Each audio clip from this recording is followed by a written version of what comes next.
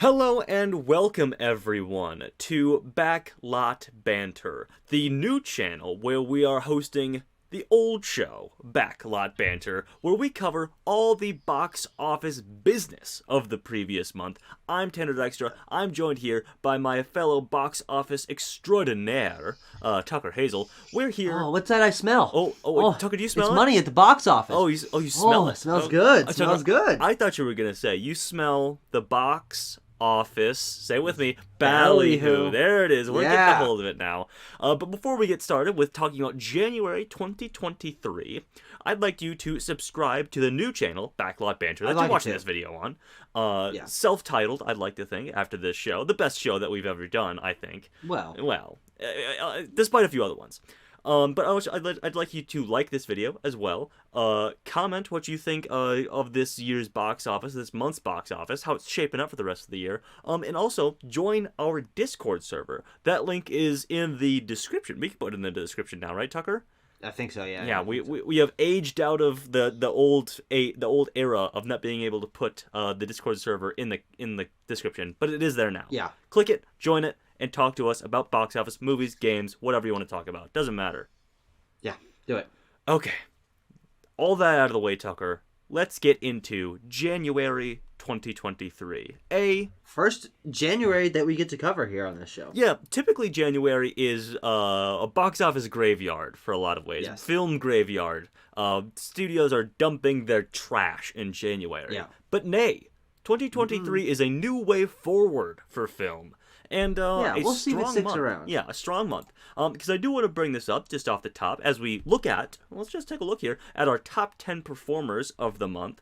The week of January 15th of this past month was the first time when all 5 of the top 5 films had double digits at the box office. The first time since July. Okay, since the middle of the blockbuster season, and we're in January.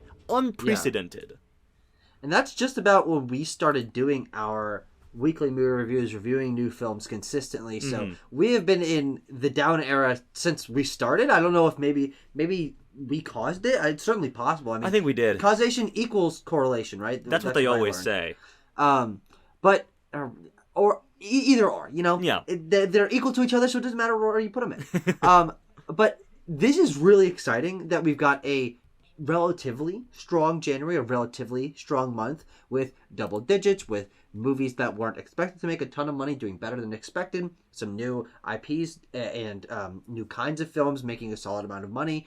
But also, let's be real, we're still in the depressed box office. Yes. Looking here at our top 10 January 2023 domestic openings, we've got a solid top 5. With even, I would say, a surprise cracking in there at number 5 with PATHAAN.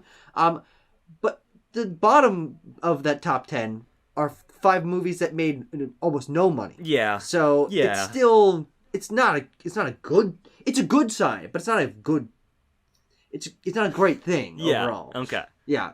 It's not how you want it.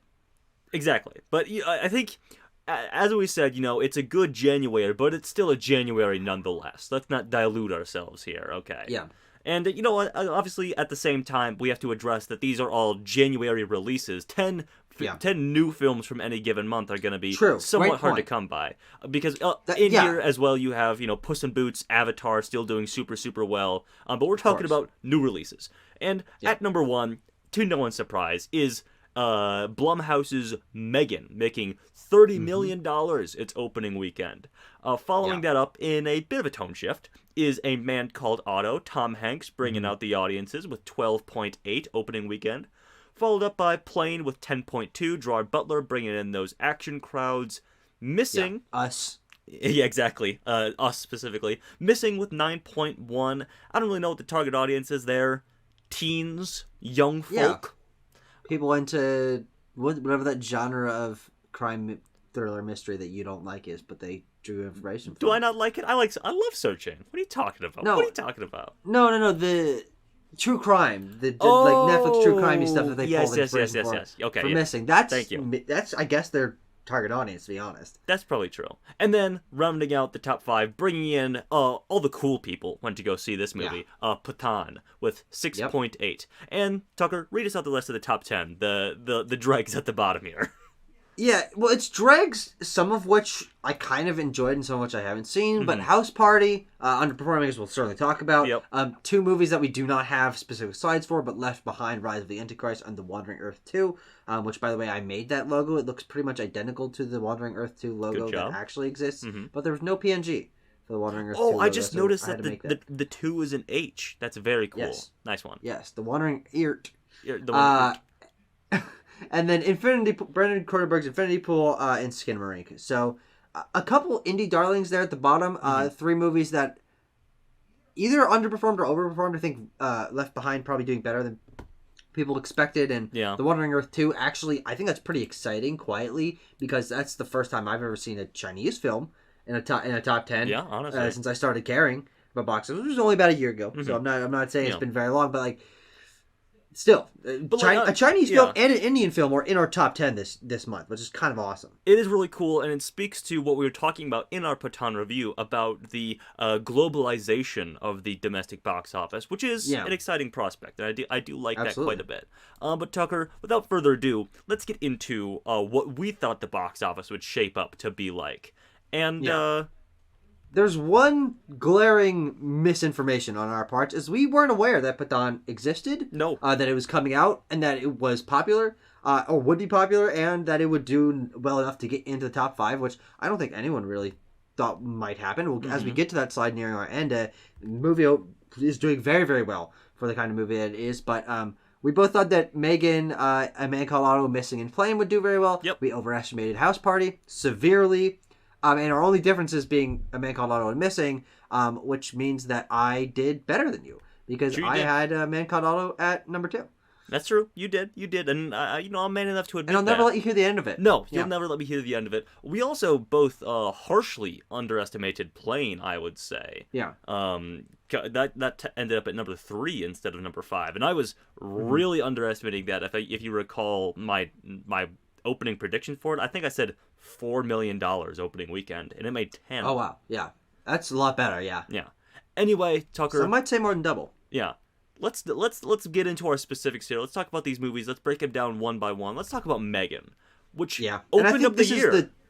Yes, and it's the story of the month, and it's probably gonna be the story of this early part of the year, because this is the big success of 2023 so far. Of course, again, still holdovers from Avatar and Puss in Boots continue to do very well, but Megan is the original IP, original horror movie that is doing gangbusters, high word of mouth, performing well on digital and in the box office, with $150 million in 1 month on a $12 million budget. Yes. That is the kind of new IP horror movie that we don't see that often, though we had a pretty good year with those last year, with Smile and Barbarian both doing very well. But I'm so happy that energy is carrying it at least into the beginning of 2023 with Megan. Yeah, I don't really know what the rest of the horror landscape looks like for the year. Original horror, at the very least. Yeah.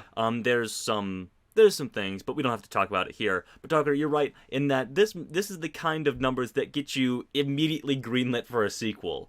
Yes. Which happened. Only maybe a week after this film premiered, we got the confirmation of Megan 2.0 coming out on January 17th, 2025. A little birthday movie for yours truly. Excited for that one.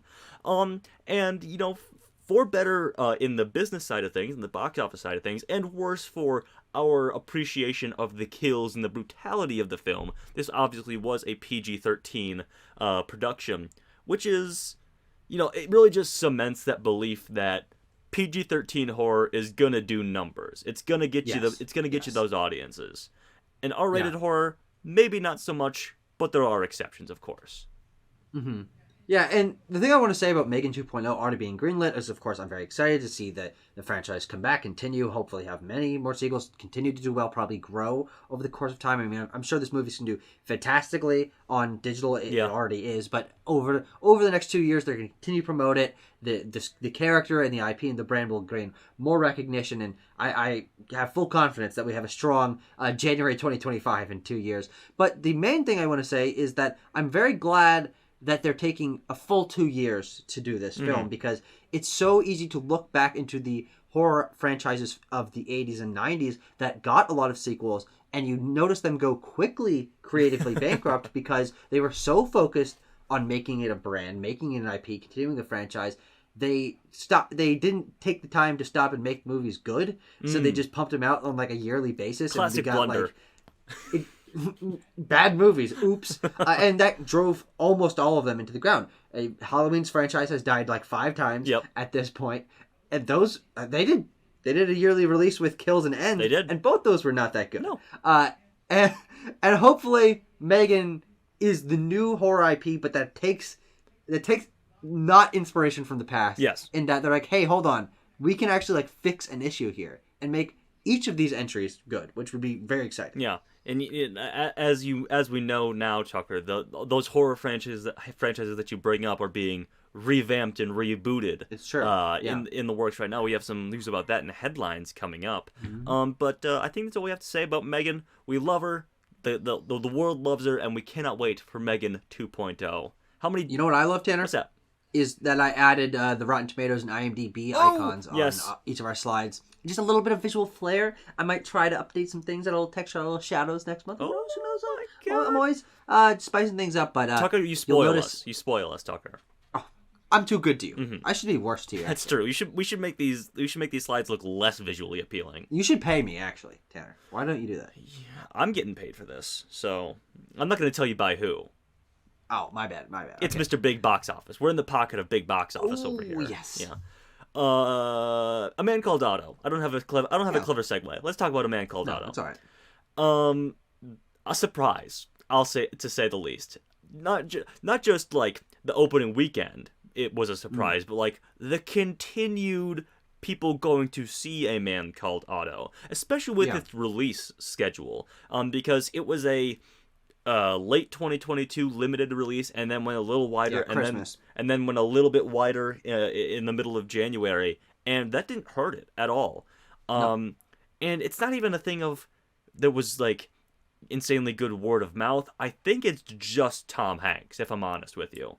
Yeah, it's just Tom Hanks, and also the kind of movie with an older lead that appeals to a certain demographic that hasn't had movies targeted towards them. We just saw 80 for Brady, which we both think is the better of the two older skewed demographic films that have released in this early part of the year. But Tom Hanks combined with, hey, the older audience wants to see a film that is targeted towards them, and that's absolutely something the box office needs in order to keep raking in the dollars from every corner of the demographics. But I do want to say, I don't think we should overestimate the success of this film. Sure. I don't think it's going to crack doubling its production budget, which was $50 million. What? $50 million for A Man Called Otto? Tom Hanks $75 is million. Hey, that's pretty good. Yeah. Especially, it's not century mark domestic. It's doing okay internationally, but on what a crazy production budget that is, I don't really think we can call this like a huge success. I think it's a solid success, especially because not many movies have been making this level of money in the last few years. We've seen most things underperform, but you got to narrow in on that 50 there, and you're like, hold on. It's made like almost 1.5 times its budget. My eyes skipped right over that, and Tom Hanks is just taking Sony for all they're worth, apparently, with this one. I have no idea where that money went, to be 100% honest. It's gotta be, maybe it's like COVID pauses and COVID production stuff, but I think if I were Tom Hanks, I'd take quite a hefty paycheck for this, and I'm sure he did. Because this certainly probably wasn't a passion project for him by any means. Though his son is in it, much to our chagrin. So, that's the one thing that I do want to say. And for me, it's what killed the movie. I love Tom Hanks. I think he was very good in this movie. But as they so clearly wanted to continue the Hanks family legacy and give a role to his son, Truman Hanks, which none of us were even aware that he existed before we saw this movie. Mm-hmm. It's his second film role, as I was doing some research earlier. He was German writer in News of the World, which means he was probably some background character in like or maybe he was a cool character named German Rider, which is a pretty cool name. It is, but I doubt it. And I thought he was really bad in this movie. We didn't review it because we saw it at very different times. But he's really what killed the movie for me. I think he's a bad actor, and I hope he doesn't come back. Tucker, can I break some news to you? Some News of the World? I never saw News of the World. You say we saw it at very different times. I never did either. Oh, okay. You said we saw it at very different times. Oh, you mean A Man Called Otto. Yes, that's why we didn't review Man Called Otto. Yes. Very true. We did not review A Man Called Otto because we did see it at very different times. Yeah. Tucker. One piece of information that's missing here is that it didn't get a cinema score, which is interesting because, I mean, this movie's not particularly unpopular. No. It was a wide release, and it has a big star in it. Maybe it's just that they don't go for stranger demographic movies to ask for cinema scores, but for a movie of this caliber with this caliber of talent behind it, you'd expect cinema score to be like, hey, what do people think of that? Yeah. Tom Hanks, Mike Birbiglia, even. Yeah. All these big names behind this one. Ooh, Tanner. Yeah. Who's the director of A Man Called Otto? Oh, actually, I can tell you. I remember just now. Ooh. Mark Forrester. Oh, yes, of course. I was going to do a bit like, oh, neither of us remember, but then I remembered, Yeah. so... the joke's on you, really. Yeah. For remembering the director of A Man Called Otto. Oh, speaking of some older gents bringing people in for vastly different films, Jerry Butler and Plane. Yep. Another surprise here. As I said, I didn't think this film was gonna do anything at the box office because it very much struck me as a VOD trashy action movie, rather. Yeah. Attraction movie. Thank you. But I'm man enough to say when I was wrong. I don't want Jerry Butler to come over here and cave my head in by any means. So I will say congrats to Plane on pulling off what I never thought it could. A $33.5 really $1 million total thus far. I think it's out on VOD at this point, so that's probably not going to get much higher. But regardless, impressive nonetheless. Yeah, I'm glad that this movie released. I'm glad that it made it into top 10. I'm glad it was theatrically released because even though actually I thought this was a bad movie, it shows that there's still like not big franchise movies, franchise action movies that can release and do okay. Though again, scan your eyes down a little bit lower, $25 million production budget, so that's even closer to its original production half the budget of A Man Called Otto. Audio.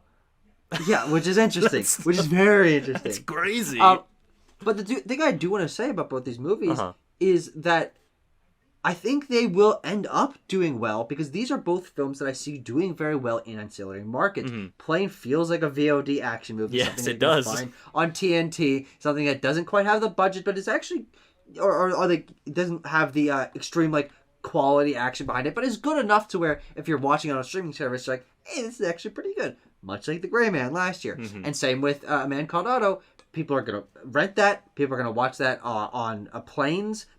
Actually, will they show Plane on planes? No. I don't know. Plane crash, they won't put it on planes. Yeah, I guess that's a good point. Yeah. But in the ancillary markets, people will find these movies, and over time, I think they will gain how much money they've made. But I don't know if we will ever see those numbers. I've never really done research into if we can see ancillary market numbers. Regardless, I think the bottom line here is that the studio considers this a success. I think is the bottom line here.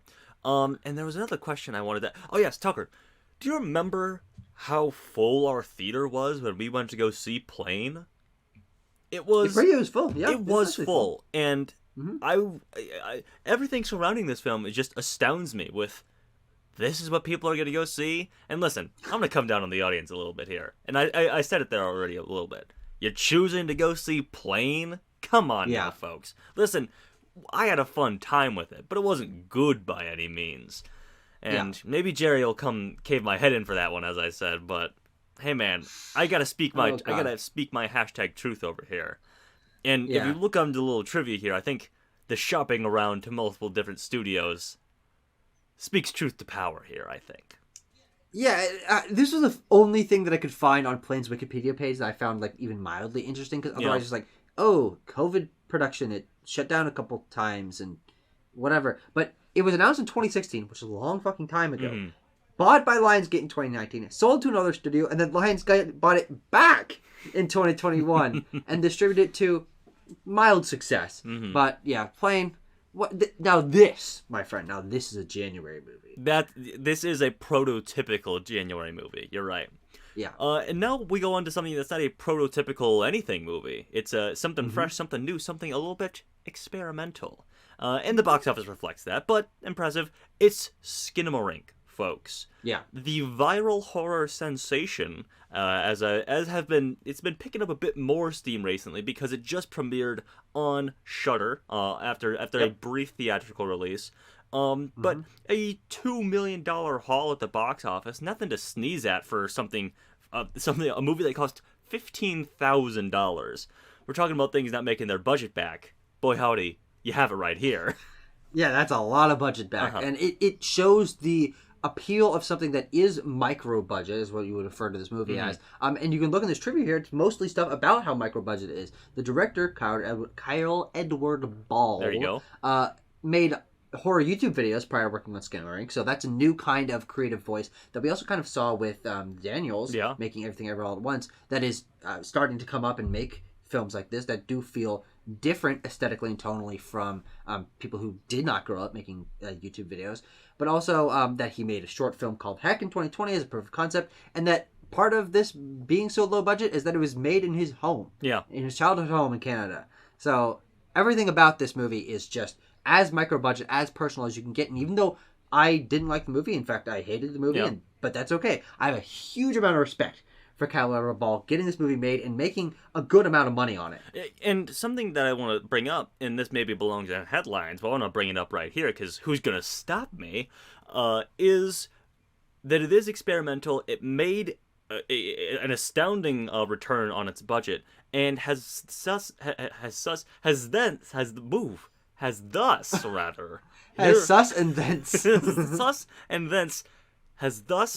opened the door for future things like this, such as the Backrooms movie that just got picked up by A24. Am I right? A24, and I believe Jason Blum and Blumhouse.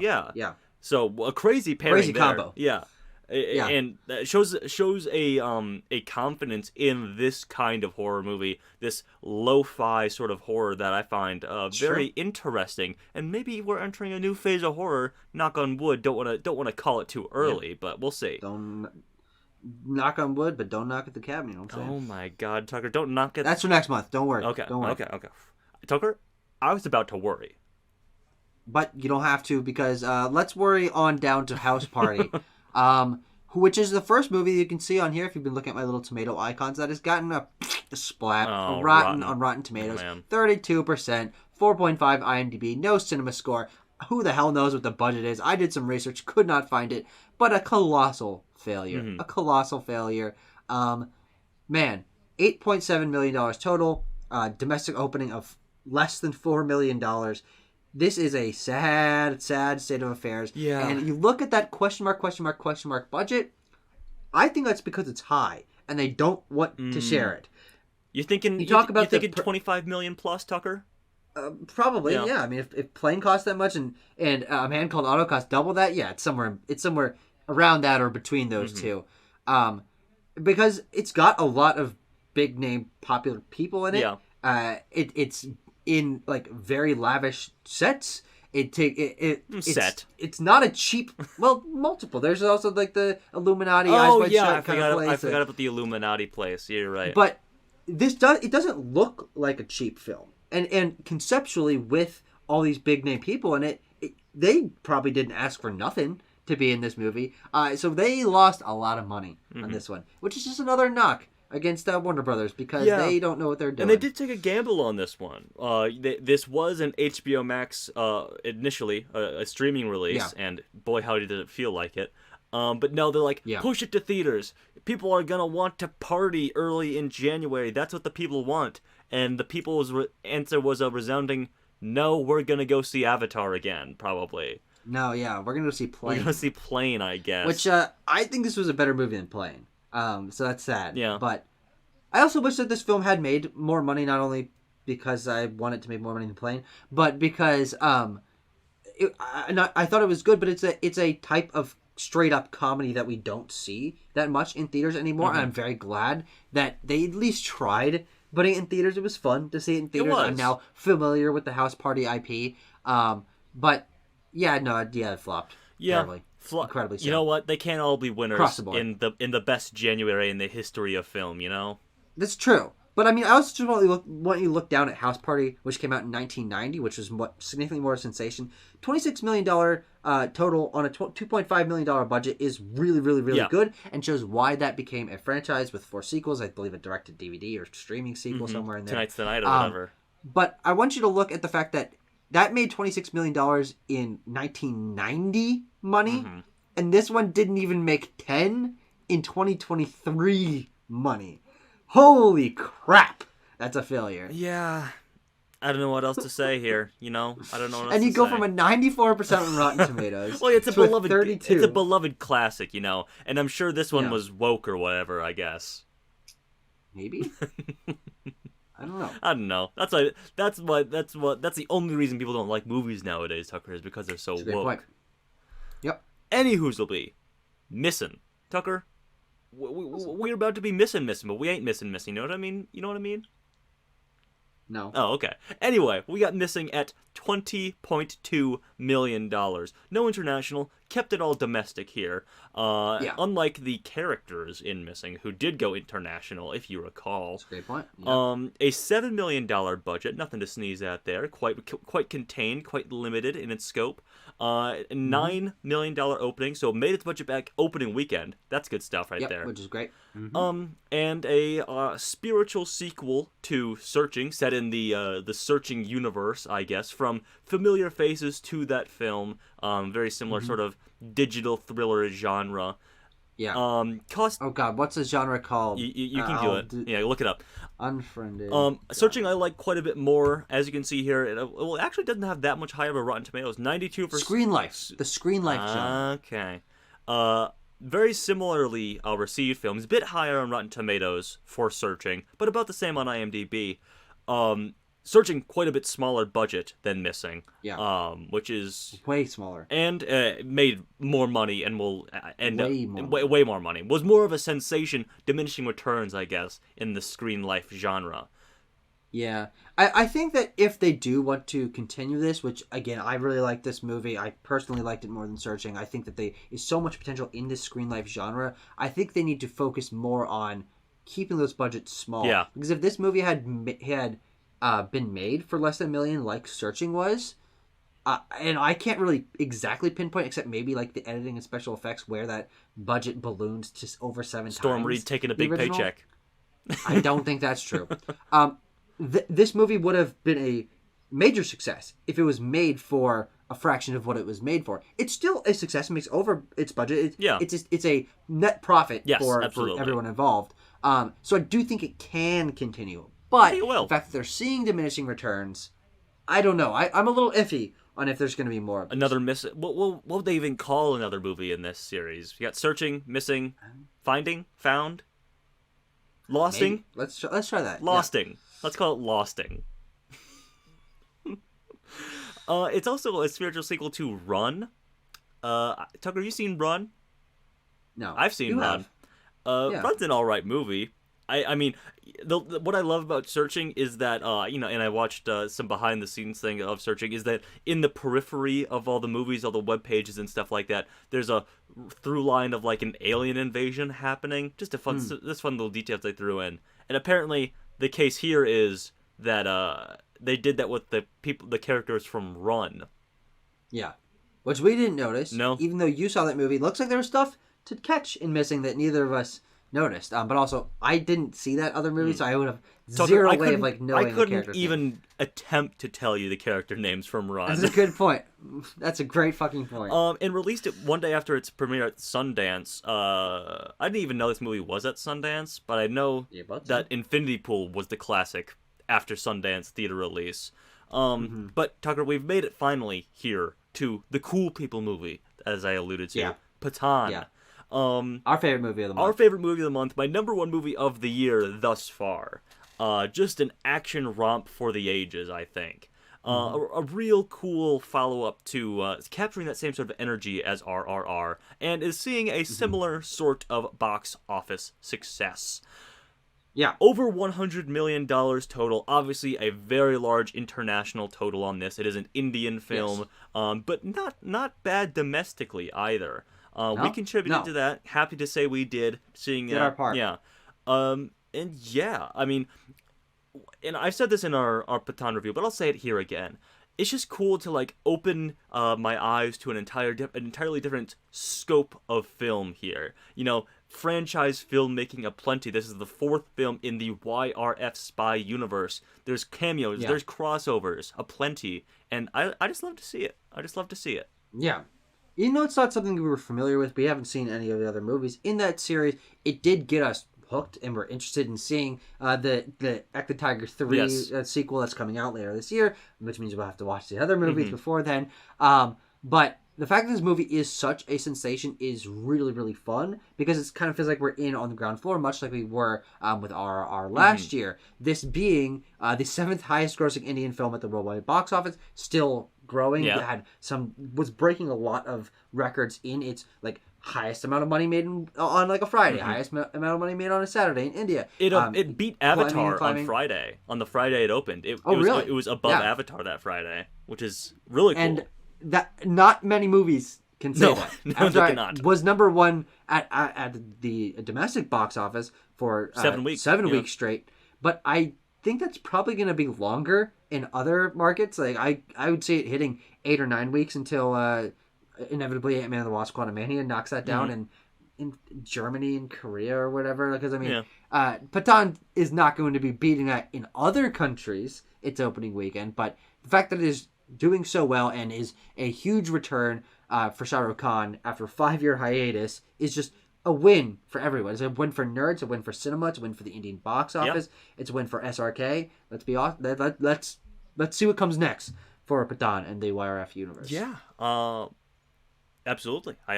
Tucker, I thought I had something else to say, but I don't. You took the words right out of my mouth. It's okay. Yeah, don't worry about it. Headlines, Tucker. There's headlines. There's a lot of headlines this year. I realized I was about to say there's headlines aplenty, but I'm using that word too much in this episode. Lots of headlines this time. As you said, we got some Avatar news, as there always is, it seems, day after day. Avatar: The Way of Water passed 2 billion worldwide. I think it's at like 2.1 as it stands right now. The fourth highest grossing film of all time. I said it before privately, but I'll say it right here.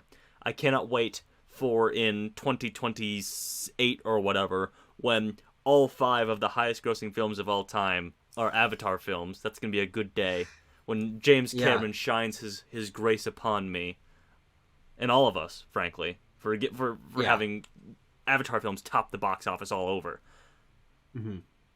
Yeah, and it also means it's really, really, really close to beating Titanic. Yeah. All time they're worldwide gross, putting out Titanic again this month. They're putting it out for its 25th anniversary. This week. And just to widen that gap a little bit, just James Cameron racing himself, essentially.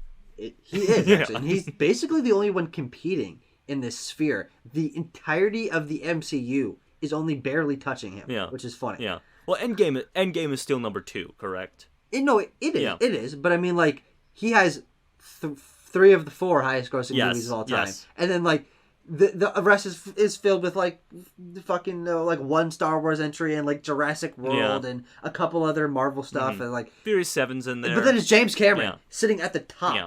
At the top. Where he belongs, I'll say. Where he belongs. Yeah. But Tucker, we got plenty of other films that are gonna crack the top of that list that were just announced by James Gunn when he announced Chapter 1 of the DCU, Gods and Monsters, which included, I believe, 10 new original DCU titles, 11 if you count the Batman Part 2. One of those, the most prescient one, I think, is Superman Legacy, coming on July 11th, 2025. But the only one with a date. The only one with a date. Which is why it's the only one I put with the year in parentheses. Yeah. It's only when we actually know when the Batman Part 2 is also October 2025, but DCU titles, yes. Okay, yeah. But we also have other things in there, of course. The Brave and the Bold, another Batman film, this time in universe. Supergirl, Woman of Tomorrow, The Authority, Swamp Thing. You know what, Tucker? Hearing people talk about these after the day they were announced, I'm actually much more excited for all of these things, and I do hope they get made. Good. Yeah, absolutely. I'd also just like to see how these things play into a much larger plan, because he announced this as part 1 of chapter 1 of Gods and Monsters. I don't know if the entire thing's going to be Gods and Monsters, only this first part of chapter 1. I don't know how it culminates. I don't know how Swamp Thing meets the Authority and Supergirl. Like, there is a plan in this crazy man's mind, and we're at the very beginning. Yes. Very, very beginning. And it feels weird. But I mean, frankly, it would have felt weird to see they're making a Guardians of the Galaxy movie. It did. And it felt weird to see Eternals. Are you what the hell is that?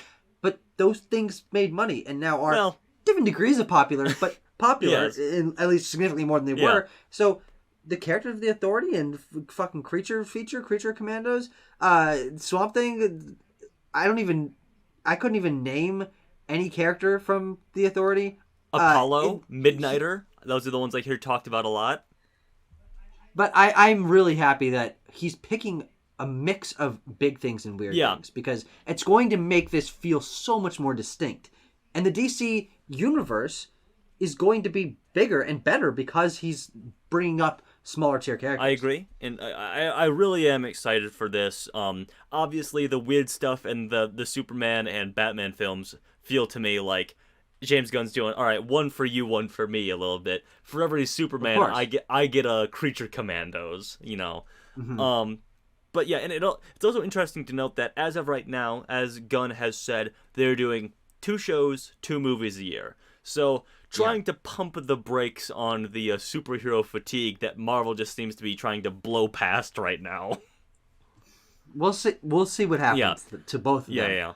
But it will also be boosted a little bit by the fact that the DC universe is allowing Elseworlds projects to continue into the future. Matt Reeves, the Batman, and Todd Phillips' Joker, their universes are still continuing with Batman Part 2, as you said, coming 2025. And Joker Folie à Deux, which also I think has a year release date, but I can't October 2024. In addition to the Ta-Nehisi Coates Superman film that was that's been in development for a while. I think there was some news about it earlier or last year. But those are the Elseworld stories. Gunn said, of course, that those will have to meet a higher standard of quality to be made, which is enticing, but I'll also say funny to me, because the implication of that is that, the stuff in the universe doesn't have to be as good. It just has to matter, maybe? I don't know. It's just, really the implication of that statement is just funny to me. But moving past all of that superhero hullabaloo, all that nonsense, we get to the real Chad cinema right here. Bad Boys 4 has been announced, with Adil Arbi and Bilal Fallah as the directors. They're the Batman directors, correct? Or the Batgirl? No. Yes, they did do Batgirl, but they also did Bad Boys for Life. Oh, okay. And they helped with Miss Marvel. So they've done 2 projects that we like, one that we will never see, and now they're doing another one. Tucker, did you watch Bad Boys for Life when you were doing your Bad Boys binge? I did. Yeah, it's good. How was it? Okay, good. Okay. Now, Tucker, hang on, because I asked myself, because I remember, Tucker, I remember lots of things. I remember when they announced Bad Boys 3 and 4. And only the last one was called Bad Boys for Life. But then things got shuffled around. They didn't know if they were going to make a 4th one, so they just called Bad Boys for Life is the 3rd movie. Tucker, what are they going to call Bad Boys for Life? I have no idea. Oh, you mean 4? Yes, 4. Tucker, that was a setup. Bad Boys Forever? Yeah, Bad Boys Forever is what you texted me earlier when this was announced. So maybe, and you know what? Maybe. Probably. Though, look, I like all 3 Bad Boys films. I'm fine to see what they do next, but I'm on face value not particularly excited for this, because it felt like kind of a closing to a trilogy, and especially naming the film a Bad Boys for Life, which totally intended it to be. Yeah, it feels a little bit weird, but also, hey, there's been plenty of tacked on unnecessary sequels. Toy Story 4, The Last of Us Part 2, two of my favorite things that I've seen in the last few years. So, yeah, whatever. Maybe Bad Boys Forever will be my 6th favorite movie of all time. Hey, maybe it will be. Hope so. Hope so. Oh, another headline. This is big for box office stuff here. We're talking about things that we love. This is big box office news. Black Panther Wakanda Forever and Ant-Man and the Wasp Quantumania will be the first MCU titles released in China since 2019. Breaks a long hiatus there. Wakanda Forever actually opens this week. I think it opens tomorrow, actually. February 7th is when was the date for that. And then, obviously, Quantumania opens on its intended day, the 17th. So I don't anticipate, actually, because Quantumania is coming out 10 days after Wakanda Forever, that it'll add a whole lot onto the tally for Black Panther, but we'll see we'll see if the love is still there in the Chinese market. I'm sure it will be. Yeah, and it'll be interesting to see if Quantumania can sort of catch up to what the rest of the MCU's Phase 4 was. Of course, this is the beginning of Phase 5, and you better not forget it. That's right. But is that it will have a boost from China that nothing else in Phase 4 has had, and we've been continuing to say Phase 4 is doing fine. The movies are making a good amount of money. Some of them are doing better than others, but none of them are like going crazy. But even though Ant-Man is a lower tier Marvel franchise, in comparison, it'll probably be just about on par with what everything else did. And I don't know how that's like gonna make people feel, but you need to like reset your fucking thought bubble and be like, hold on, only one of these has $150 million to $200 million from the Chinese box office. Yeah. On the Black Panther note as well, I just saw today that it was the biggest day one Disney Plus premiere. Yes. Oh, gotcha. So people were waiting to see it on Disney Plus. It seems. Okay, we're running out of time here. We got to speed through the rest of these headlines. We got to go fast. We got to go quick. Andrew Riseborough Best Actress nomination was investigated by the Academy. Nothing came of it. So scratch that one. Just funny. Tron Ares was announced, starring Jared Leto, directed by the guy who did Maleficent. I don't know. Whatever. Doesn't exactly instill confidence in me. Stop trying to make Tron be a thing, Disney. Apparently Tron Legacy is really good. We'll watch it when Tron Ares comes out, I guess. Yep. No Daft Punk seems to be a bad thing for the fans. Violent Night 2 and Megan 2.0, as we said, were announced. Cool stuff to see, sort of original concepts like that getting sequels made. We love to see it, folks. Yep. Sean S. Cunningham is making a new Friday the 13th film that is the director of the first film, 1981? That sounds right to me. Sounds about right. Yeah. And in addition to that, I just saw today that they're also doing a... 80. Oh, in 1980, excuse me. They're also doing a Lego sequel for I Know What You Did Last Summer. With oh, interesting. Okay. Freddie Prinze Jr. and Sarah Michelle Gellar will be returning for that, apparently. Fine. Moving on even more, Anton Fuqua is making a Michael Jackson biopic. Jafar Jackson, Michael Jackson's nephew, will be starring as him, taking a page out of the old Ice Cube, straight out of the Compton book there. We'll see what becomes of that. I saw a joke saying, like, I can't wait for the Michael Jackson biopic to end in, like, 1993 or whatever, before we really get into the problematic aspects of Michael Jackson's life. It's possible. Yeah. Especially considering the family is involved. Yeah. But I would hope that they do a little more comprehensively, but we'll see. We'll see. And finally, we had another big slate announcement. Netflix did a release video for their upcoming big releases, or some of them at least, for the coming year, including Zack Snyder's Rebel Moon in December. Here we go, baby. David Fincher's The Killer. I've been waiting for it. Come on, baby. Coming in November. Extraction 2 in July. And Millie Bobby Brown's Damsel in October. Plenty of other titles in there as well. I know there's a lot of... a bunch of horse shit. Lots of horse shit. I know there's a lot of Lift fans out there. Lots of people excited for Kevin Hart's Lift. So... Why? I'm joking. Yeah. I thought you knew something I did. I'm like, are you serious? Gal Gadot is getting a Gray Man equivalent called Heart of Stone. Oh, okay. Yeah. So, are we getting any Gray Man universe films this year? Doesn't sound like it. But also Netflix has some other things in the works. Like they're doing that What? Some awards things, that Oh. Bradley Cooper, Leonard Bernstein movie is them. And another big one as well. I forget. Oh, Rustin. Oh God, I'm blanking Coleman on his Domingo. name. What's his name? Coleman Domingo. Thank you. Some award stuff that we'll see about later in the year, but some exciting things in there for me at least, and for Abram Buner. Very few. Yeah. But Tucker, as we round out the episode here, let's take a look into the future in which we are currently living, February 2023. Yep. A mixed bag of releases. Yeah, a very small slate. Yeah. And we've already seen Knock at the Cabin and 80 for Brady, but fear not, viewers, we made our predictions before those movies came out, so. Yep. But in addition to that, we have the first film in Phase 5, as you said, Ant-Man and the Wasp, Quantumania coming, Magic Mike's Last Dance, Cocaine Bear, come on.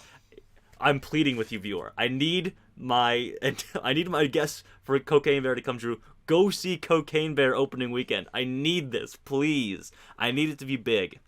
And as we said, Titanic is getting re-released, and that Winnie the Pooh slasher thing is happening. Yeah, for one day. No, actually, it was a one-day thing, but at least in our theater, it's getting a full release.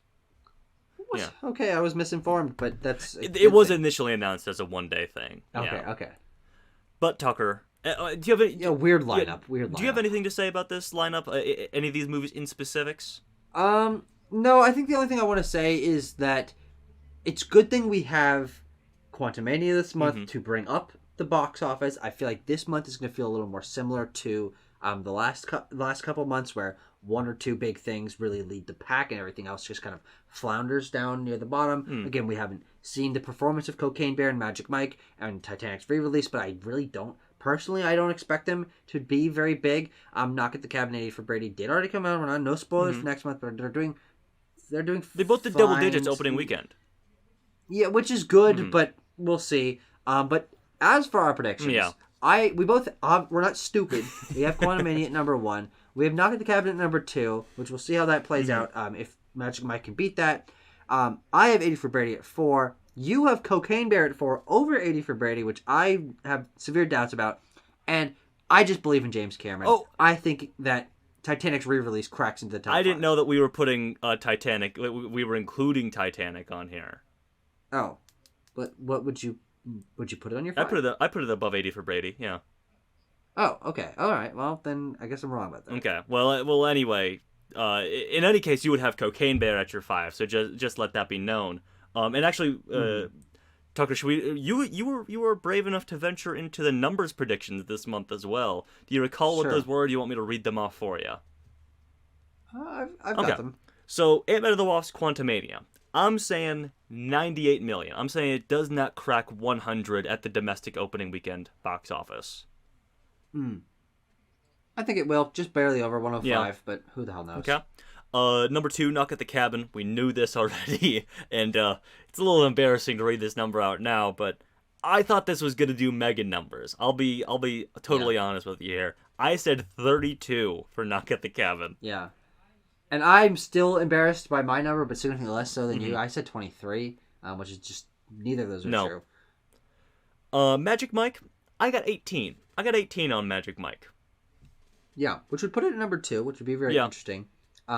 But I have only at 15, and maybe that's overestimating. Yeah, I think it's our Valentine's Day release, so maybe it'll get a boost from that. Yeah, maybe the ladies will still want to go see that muscly man dance, that muscly Magic Man Mike. You know, Cocaine Bear. Let's talk about this right now because it's my number 4. I'm saying $15 million. I think that the general public is intrigued by Cocaine Bear, and they will go to see it. Ignore my pleading to the audience to go see it earlier. I think it's going to happen. Yeah, you think it can happen anyway, regardless of your pleas. Yes. And you have that at 15. I have it at not even 10. I have it at 9. Okay. I think it's just a meme, to be 100% honest with you. But I would be very pleased if I was wrong about that. I'm just like setting my expectations low. Yeah. So unlike Knock at the Cabin, it's not like completely undershot. we were dead on with our 80 for Brady predictions. It made, what, 12 million opening weekend? Little spoilers here. 12.5, yeah. And I said 13. We both guessed 13. Yep. We both said 13. And if I were to throw Titanic in there, I'd say, I don't know, $14 million opening weekend. 14? Yeah. Okay. I said 12, but we will see. We will see. Good stuff. Good stuff all around, Tucker. I think this month will be interesting, and we'll continue to show if January was a fluke January, or if we are looking at a healthier box office this year, as you said we were, Tucker. If you remember, you said 2023 is going to be a healthy, all-around year for the box office. Yeah, what's interesting is I think that's true, but I think maybe February is going to be the exception to that. Okay. Again, we at least have a solidly performing Marvel movie coming out that's going to make this at least somewhat buoyant. But March starts consistent, relatively big releases for basically the rest of the year. Yeah. So that's what I'm really banking on. I think February is going to be an example of not that. Bit of a slump. Yeah. I'm so excited for our top 5 of March rather, because for the first time there's like more than 5 movies that are obviously in there. Yeah, that's fun. Yes. So more interesting rankings, but here they are for February. We'll see how it shakes out when we see you next time.